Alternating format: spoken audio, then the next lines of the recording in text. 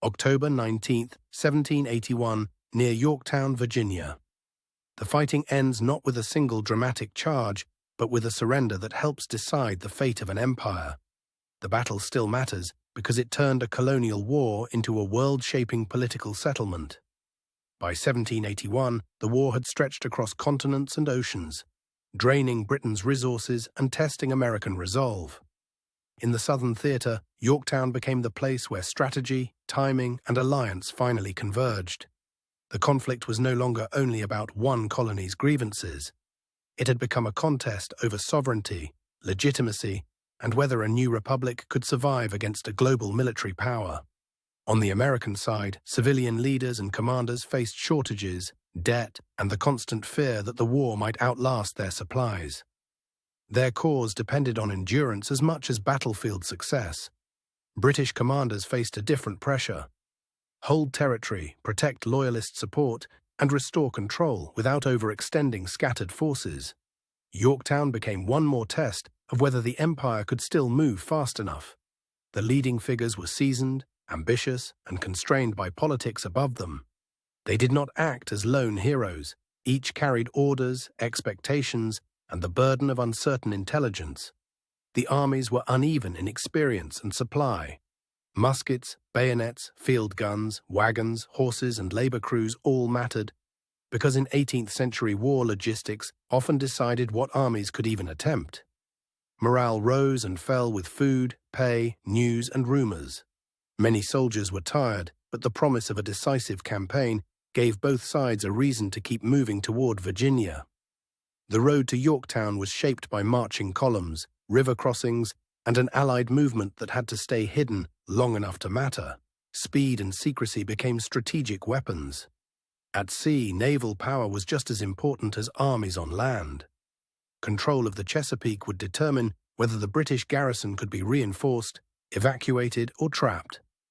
Yorktown sat on a peninsula with water on two sides, shaped by the York River and the Chesapeake. That geography offered defense, but it also narrowed escape routes once the net began to close.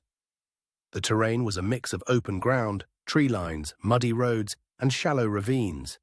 In dry weather, it could be crossed.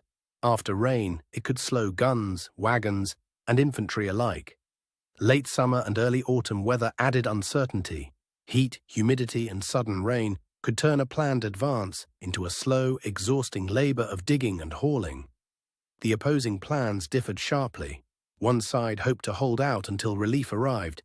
The other aimed to isolate the position, tighten the siege, and force a decision without a frontal gamble. Siege warfare rewarded patience. Trenches, batteries, and careful positioning could be as decisive as a battlefield assault, especially when the defenders had limited room to maneuver. As the Allied forces arrived, the landscape changed from coastal town to military trap. The ring around Yorktown tightened gradually, with each new position reducing the defenders' options. The opening phase was measured and deliberate.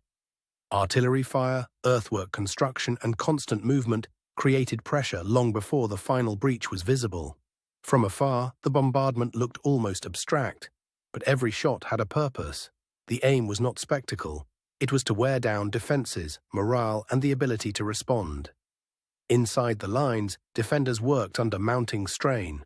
Men repaired damaged works, shifted guns, and watched the horizon for signs that relief might still be coming. The pressure point came when the siege lines advanced close enough to threaten the core defenses. At that distance, every improvement in Allied position made the British situation more fragile. Rain and mud could not stop the engineers for long.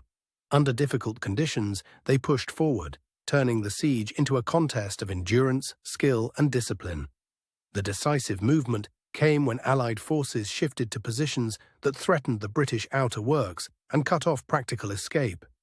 The battlefield began to feel enclosed from every side. Naval pressure mattered here too.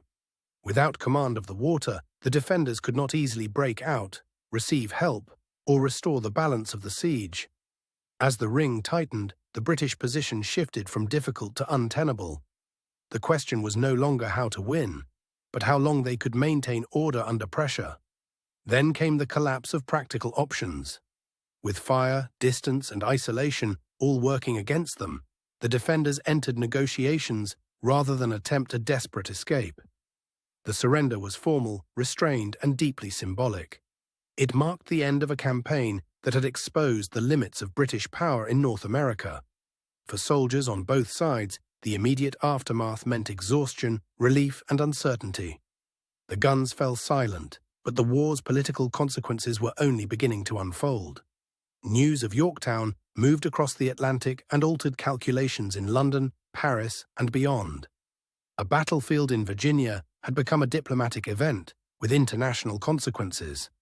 In the years that followed, the victory helped open the path to independence and to a new political experiment. But it did not instantly settle the meaning of the revolution for everyone involved. The war's end also left hard questions about loyalty, displacement, debt, and the lives of people whose choices had been constrained by empire and conflict. Victory did not erase those costs. Historians still debate the balance between chance and planning. Some emphasize Allied coordination and naval timing. Others stress British misjudgments and the broader exhaustion of the war effort.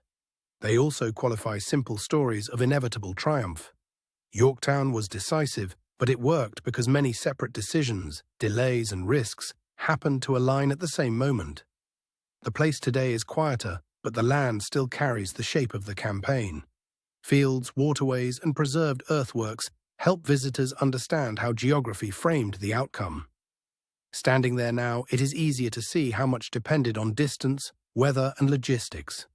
The battlefield was not just a stage for heroism, it was a system under strain. Yorktown endures because it shows how wars are often decided by coordination rather than spectacle. Armies, fleets, terrain, and political will all had to align for the result to hold.